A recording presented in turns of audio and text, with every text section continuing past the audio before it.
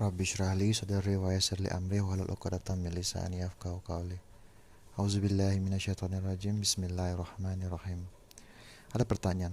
Kami sangat senang jika Tuan Syekh menerangkan kepada kami tentang mewakilkan diri di dalam menunaikan ibadah haji, ditinjau dari sisi hukum dan batasan-batasannya. Jawabannya, mewakilkan melaksanakan ibadah haji kepada orang lain apabila orang yang bersangkutan itu masih mampu, maka hukumnya tidak disyariatkan. Kewajiban fardu tidak boleh seseorang mewakilkan pelaksanaannya kepada orang lain. Haji wajib ataupun umrah wajib karena faridah, kewajiban menuntut kepada orang yang bersangkutan agar melakukannya sendiri.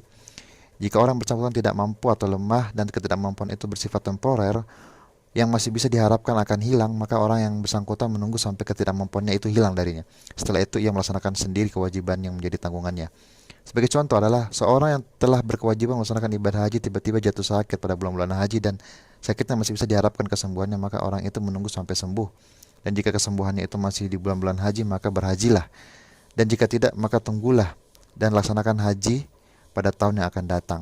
Kalau ketidakmampuannya itu tidak dapat diharapkan kepulihannya, seperti orang sudah lanjut usia, menderita sakit menahun dan lainnya, maka ia wajib menyuruh orang lain untuk melaksanakan ibadah haji dan umrahnya. Dalilnya adalah hadis yang bersumber dari riwayat Ibnu Abbas radhiyallahu an, bahwasanya ada seorang wanita dari suku Khuz'am bertanya kepada Nabi seraya mengatakan, sesungguhnya ayahku telah berkewajiban menunaikan ibadah haji yang diwajibkan oleh Allah atas hambanya. Namun beliau sudah tua, tidak dapat duduk di atas kendaraan. Apa boleh saya menghajikannya? Nabi menjawab, ya.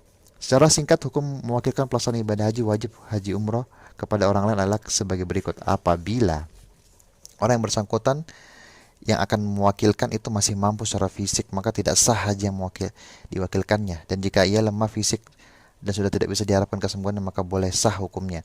Namun jika kelemahannya itu masih dapat diharapkan kesembuhannya dan bersifat temporer, maka tidak sah ia menyuruh orang lain untuk melaksanakan hajinya. Dan hendaknya yang menunggu sampai Allah memberikan kesembuhan bagi dirinya dan melaksanakan kewajibannya dengan dirinya sendiri.